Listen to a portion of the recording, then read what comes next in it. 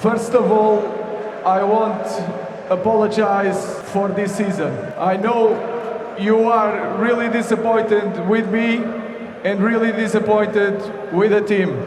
Today, after this disaster season, I want to tell you the good days are coming.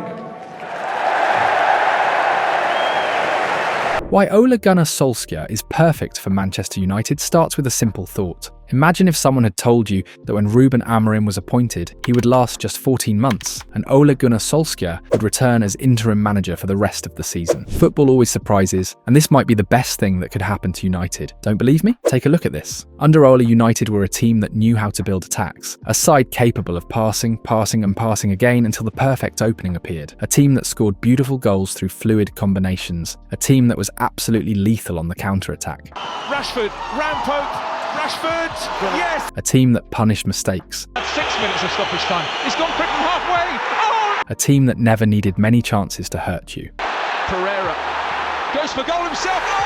Former striker Ole Gunnar Solskjaer became United's 25th manager in history in December 2018. During his spell, he recorded a win rate of 54.2%, winning 91 of 168 matches in all competitions. In the Premier League, his win ratio stood at 51.4%. He did not win silverware, and that ultimately cost him his job, but the progress was real. And within 7 or 8 weeks, it's just completely deteriorated. Look, he's going over to the fans there, he's waving goodbye. Some of the fans have obviously had a go, they're very upset. They're emotional. United reached an FA Cup semi-final, From Pogba, Igalo, and it's falling to Maguire. a Europa League final, and finished second in the Premier League in the 2021 season. Solskjaer left in November 2021 after a poor run of form, but context matters. The return of Cristiano Ronaldo disrupted the balance of the team Ole was building, changing the structure, the pressing, and the dynamics of the attack. Everything shifted. Now, with the club broken, confidence shattered, and identity lost, Ole makes sense again. Short-term, emotional, familiar. A manager who understands the club, the pressure, and the DNA of Manchester United. His second spell does not need to be perfect. It only needs to stabilise the chaos, reconnect the squad, and remind United who they are. And that is why Ole Gunnar Solskjaer might be exactly what Manchester United need right now. The end of Ole Gunnar Solskjaer's near 3-year spell came quietly. After the success of his first interim run earned him the full-time job, his final weeks were flat. 4 defeats and 1 draw in his last 7 matches before being sacked in November 2021. That ending often clouds the bigger picture, because when you step back and look at the data, the story changes. Using Club ELO, a rating model that measures team strength by assigning points for every result and weighting them by the quality of the opponent, United's trajectory under Solskjaer becomes clearer. Across the last decade, United's ELO rating consistently rose during Ole's tenure, outperforming several periods both before and after him. When compared to the managers who preceded and followed him, Solskjaer's United were more stable, more competitive against top sides, and closer to a coherent identity. The numbers suggest progress, not decline. There is a harsh narrative around Ole Gunnar Solskjaer. The story goes that after winning the Norwegian title with Molde,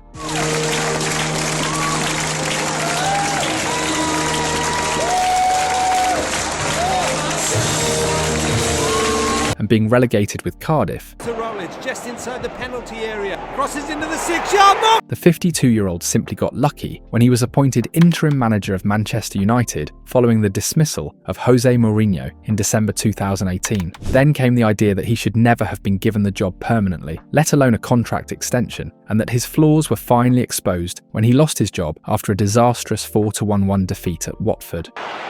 João Pedro again! Part of a terrible run that also included a 5-0 home loss to Liverpool. That is absolutely beautiful from Henderson.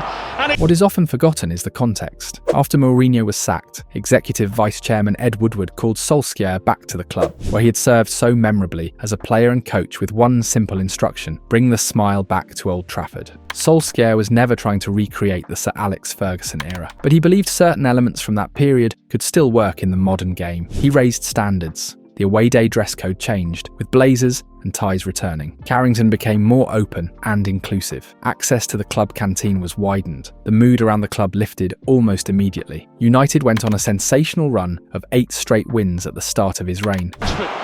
Rashford. Can he get the shot off? Rashford! which grew into 14 victories, But could be fatal. He looks for Rashford. What a great chance now! 2 draws and just 1 defeat in his first 17 matches. That single defeat was later avenged in unforgettable fashion when United travelled to Paris Saint-Germain and won 2-1 thanks to a stoppage-time penalty from Marcus Rashford. It remains one of United's greatest European nights of the modern era, taking them into the Champions League quarter-finals, something they had only managed twice since losing to Barcelona in the 2011 final at Wembley. Oh, fabulous! Against that backdrop, Solskjaer was appointed permanent manager, signing a 3-year contract. After finishing 6th in that initial season, Manchester United ended Solskjaer's 2 full campaigns, in 3rd and 2nd place, the best consecutive league finishes since Sir Alex Ferguson retired. To be here tonight to see that goal. They also reached 5 semi-finals out of 6 in cup competitions, showing clear progress and consistency at the top end of English football.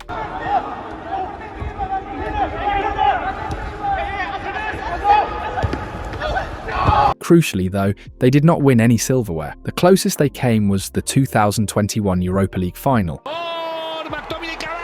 where United lost on penalties to Villarreal, with David De Gea missing the decisive spot kick. Despite that disappointment, there was still strong belief inside the club. In July 2021, Solskjaer was given a contract extension until 2024, with Ed Woodward stating that the foundations were in place for long-term success. Then came the summer that changed everything.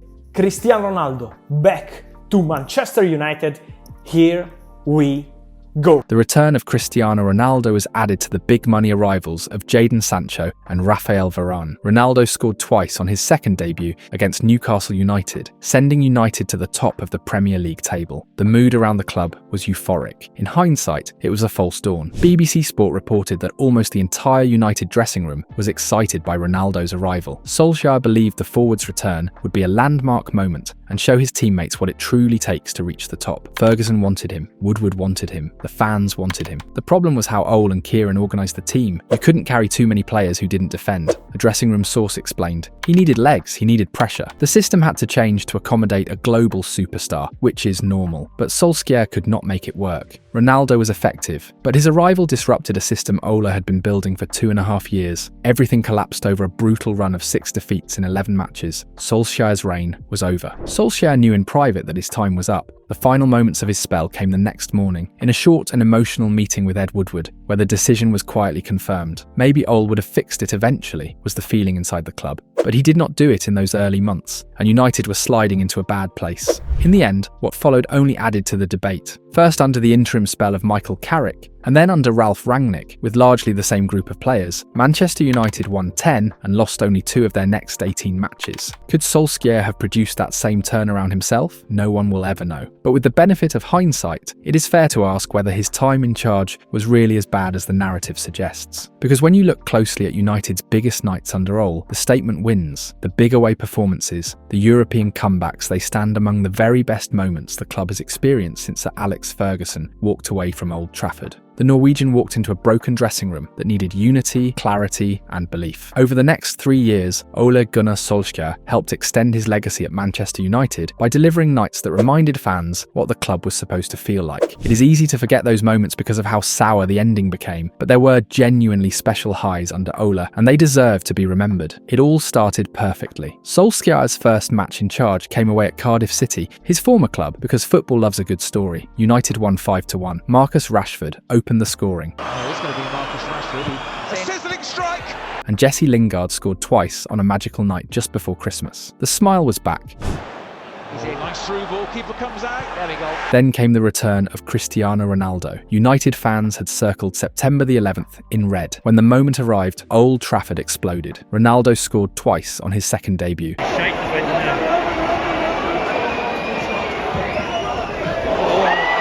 And for one night, it truly felt like United were back in the Premier League title race. There's Fernandez! A week later, Leeds arrived at a full Old Trafford for the first time since March 2020. The atmosphere was electric. On the pitch, it was chaos in red. Bruno Fernandes scored a stunning hat-trick. Quickly on the move, in for the hat-trick! Oh! Paul Pogba delivered 4 assists. United won 5-1, and their rivals from Yorkshire were blown away. Plays it on, taken down, Smiley!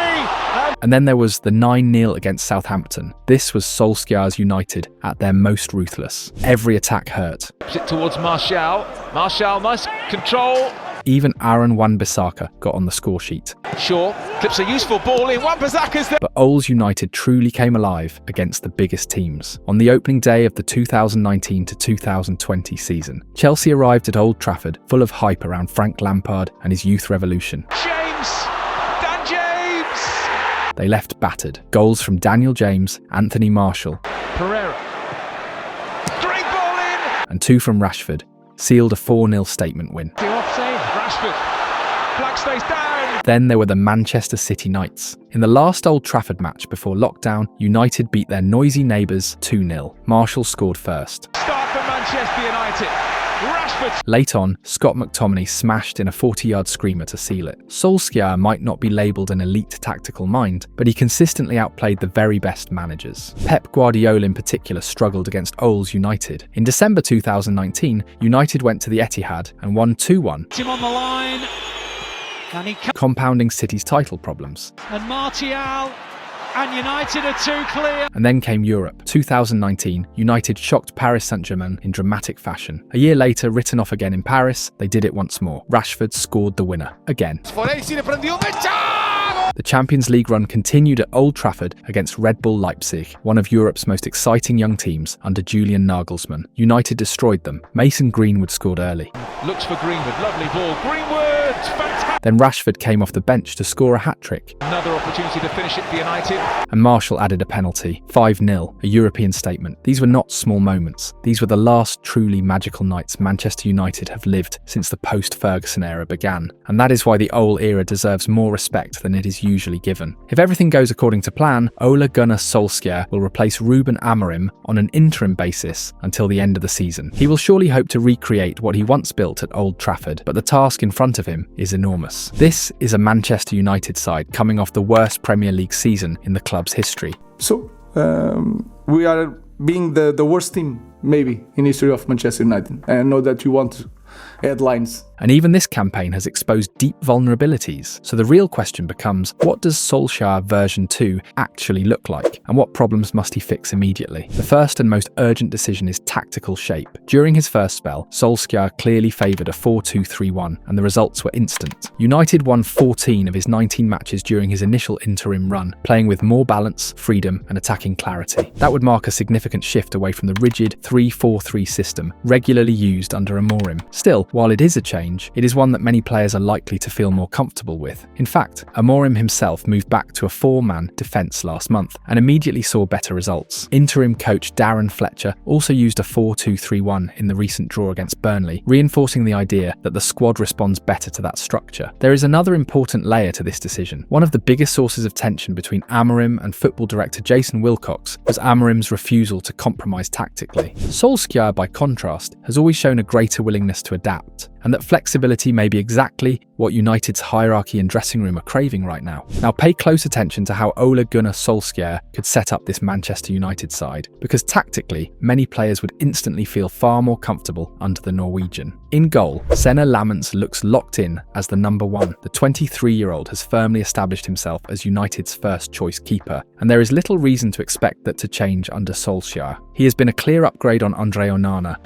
He's gone a bit early with that, although And if his development continues at this pace, United have a very serious goalkeeper for the future. At right back, Diogo Dalot feels like the logical option. During Solskjaer's previous spell, Dalot made 36 appearances, but often sat behind Aaron Wan-Bissaka in the pecking order. Now, with Noussair Mazraoui struggling for minutes this season, Dalot's reliability and familiarity with Ole's ideas give him the edge. At centre-back on the right side, Matthijs de Ligt looks like the obvious choice when fully fit. While Solskjaer has always appreciated Harry Maguire, De Ligt's comfort in a back four, combined with his physical presence and leadership, makes him ideal for restoring defensive stability. On the left of defence, Lisandro Martinez is likely to get the nod. Leaving Leny Yoro out may feel harsh, but in terms of balance, Martinez fits Solskjaer's system better. After an injury-hit campaign, the Argentine is back available and has looked composed in recent outings. At left back, Luke Shaw feels like a natural reunion. Shaw himself has spoken glowingly about Solskjaer in the past, highlighting how Ola brought enjoyment, positivity, and good football back to the club. During Solskjaer's previous tenure, Shaw was his 7th most used player, making 118 appearances under the Norwegian. In midfield, Casemiro remains crucial. United are simply a better team when he starts, and playing as part of a midfield three would allow him to focus on what he does best: reading danger, winning duels, and protecting the defence. Alongside him, Kobbie Mainoo feels like an obvious reintegration.